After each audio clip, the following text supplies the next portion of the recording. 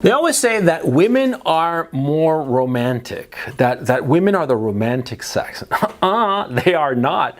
They are totally not. Men are far more romantic than women. Far and away more romantic. And the fact of the matter is that men's romanticism plays against them so badly. You don't believe me? Fine. Let me ask you the following question. You're a guy, right? 97% of my audience are men. You're a guy. How many times have you met some girl? She was really cute. She was really cute. She just, rang all your bells. And you met her maybe once or twice, and you haven't even gone out on a date with her, right? But you project in your imagination this future with her. Oh yeah, that you're going to have this beautiful romance, and then you're going to get married after you propose to her on some mountaintop, right? And some crap like that. And you're going to have 2, 3, maybe even 4 kids with her, and they're going to be these perfect little angels, right? And you're going to die in each other's arms after, 70 years of being married together, right? You're surrounded by your children and your grandchildren and your great-grandchildren.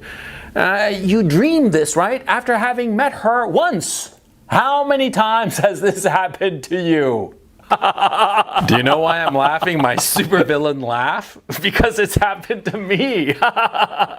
Yeah, countless times. I've met some girl and she was so pretty or so smart or so this and that, and instantly it was like this imaginative cornucopia just blossomed in my head, right? And all these possibilities that I could achieve with this woman, right? This perfection this nirvana that I would achieve with this girl I'd met once.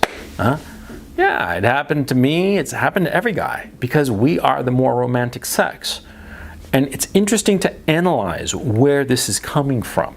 Oh yeah, I've given this quite a bit of thought, to tell you the truth. And I've come to the following conclusion. You can agree with me or not, but it comes from men's ability to plan into the future. Yeah, because guys are planners. Women are improvisers. They respond to the stimuli that's coming at them second to second. But guys, what do?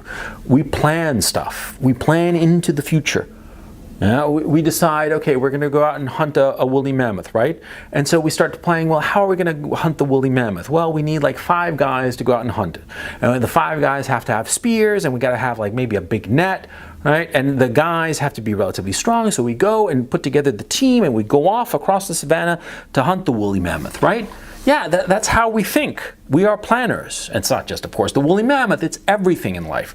We plan stuff. And how can you possibly plan stuff? By imagining it. By imagining the future of that plan, of how it's going to happen. Yeah, because you're thinking to yourself, I want to hunt the woolly mammoth. I want to set up a business. I want to climb Mount Everest. Whatever your objective is, you imagine that objective out in the future. You imagine this picture-perfect thing that you have out there in the future. And you work backwards, figuring, what do I need to achieve this goal that I have? This vision. How do I get to this vision of being on the top of Everest? How do I get to this vision of, having slain the mastodon and having a boatload of meat to eat for the next month or so? How do I get there? And you work your way back and thinking, I need this, and that.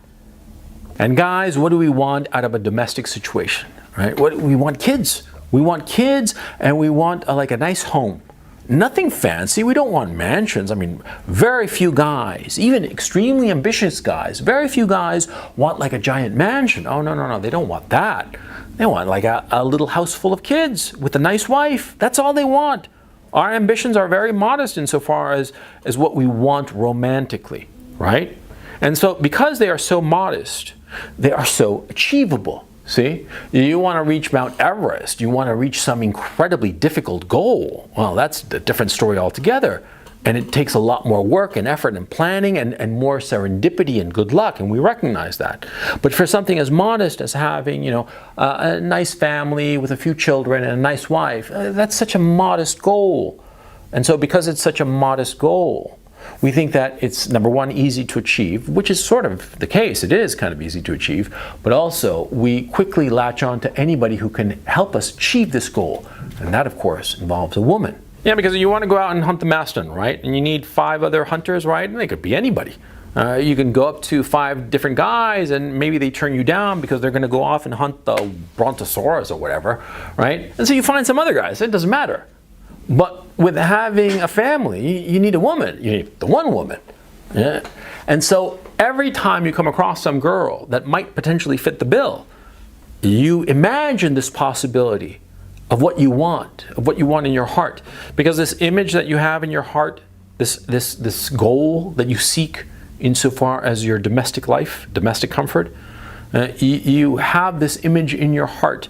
Often as not, you might not even realize it, but you're dreaming about it and you're thinking about it. Just as you're thinking to yourself that, in the future you want to have a well-paying job that pays you 6 figures or whatever. You have this goal, whether you articulate it to yourself or not, and you come across some girl who might be the one to do this, and instantly your imagination transports you in the direction of this nirvana, the direction of this image that you have in your heart.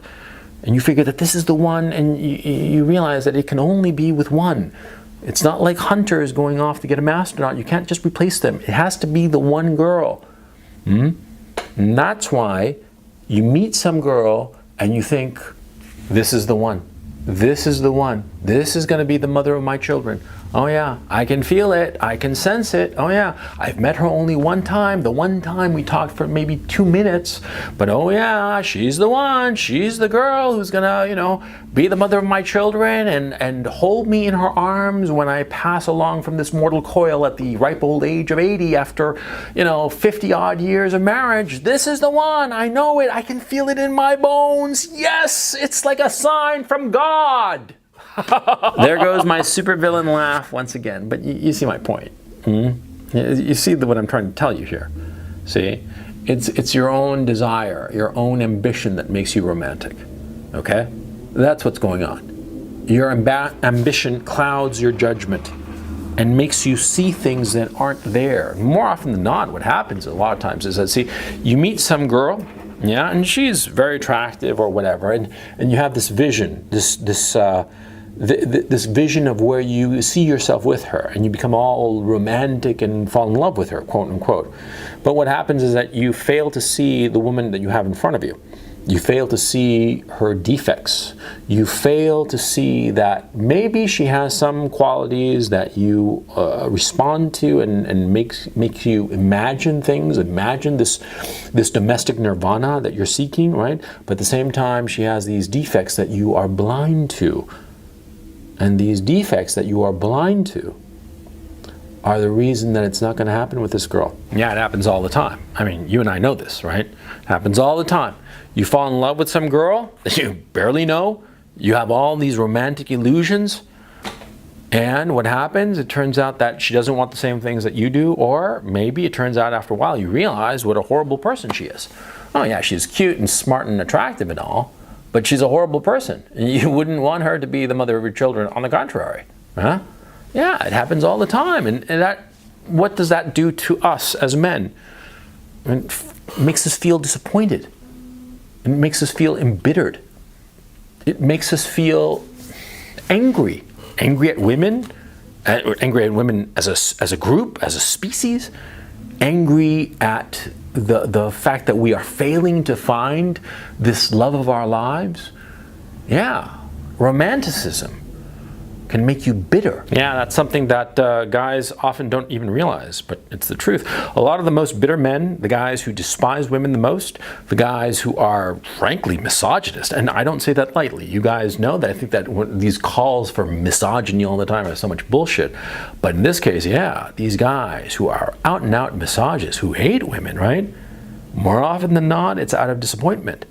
And this disappointment, where does it come from? More often than not, it comes from themselves, see? Because they allowed their imaginations to be fueled by these romantic daydreams. Romantic daydreams that could not be fulfilled by the women that they met, for whatever reason. Maybe the women fell short. Maybe the guy's dreams are just too impossible. They are too impossible and too fairy tale-like to ever happen in the real world. And this fuels bitterness and anger, and often hatred for women. And again, I don't say this lightly. but it's the truth. Yeah, because there's nothing more bitter than seeing a dream die. You have some dream, whatever it is. Some dream of your profession, some dream of your romantic desires, your desires for domesticity, you know, children and wife and nice house and all the rest of it, yeah? And you see this dream die, or you see that every time you try to achieve it, it fails. And so, of course, you're going to become bitter. And of course, you're going to become angry. And this is a tragedy, because it's you who are making yourself bitter by having an illusion that is impossible to achieve. I am a wildly romantic guy. Oh yeah, I have wild romantic daydreams, or I used to at any rate. Now I don't have them. Not because I've grown older, but rather because I've learned to control them, okay? These romantic daydreams, these dreams where you meet some girl for 5 minutes and project out into the future things that are really impossible to achieve. Yeah, when I was young, I had those all the time. And a lot of young guys have them all the time. You have to rein them in. You have to control them. You have to be realistic. Because you see, we guys have hope in our hearts. Hope is what drives us forward. We think that the future will be better than today. And it's because of hope, because of this belief that the future will be better than today, that we work and suffer and sacrifice. And many times, most times, things are better in the future. Yeah. And that's the beauty of our civilization, by the way. Our civilization is such at this point that if you truly strive for something, often as not, you will better the situation that you have today. Tomorrow will be better than today. And this is a wonderful thing. This is why we have the civilization that we have. Because everything we see around us, the buildings, the automobiles, the planes in the sky, they all reinforce the same message that tomorrow will be better than today. And so we take this feeling, this notion that tomorrow will be better than today, and we extrapolate it into our romantic and domestic desires. And we look at things unrealistically, impossibly. We think that we are going to experience some sort of domestic nirvana instead of being realistic. I'm not saying that romantic daydreams are out of naivete, which you could think I'm implying. No. It's of being unrealistic. Understanding that a woman, no matter how good the woman, no matter how wonderful and insightful and thoughtful, she will not, how can I put this? She will not be the one to save you. I think that that's ultimately what I'm leading up to in this video. That so many guys think that they will find a woman who will save them. Save them from loneliness, save them from the unhappiness of their lives. But that doesn't happen. A woman can complement your life. She can help you achieve certain things that you might want.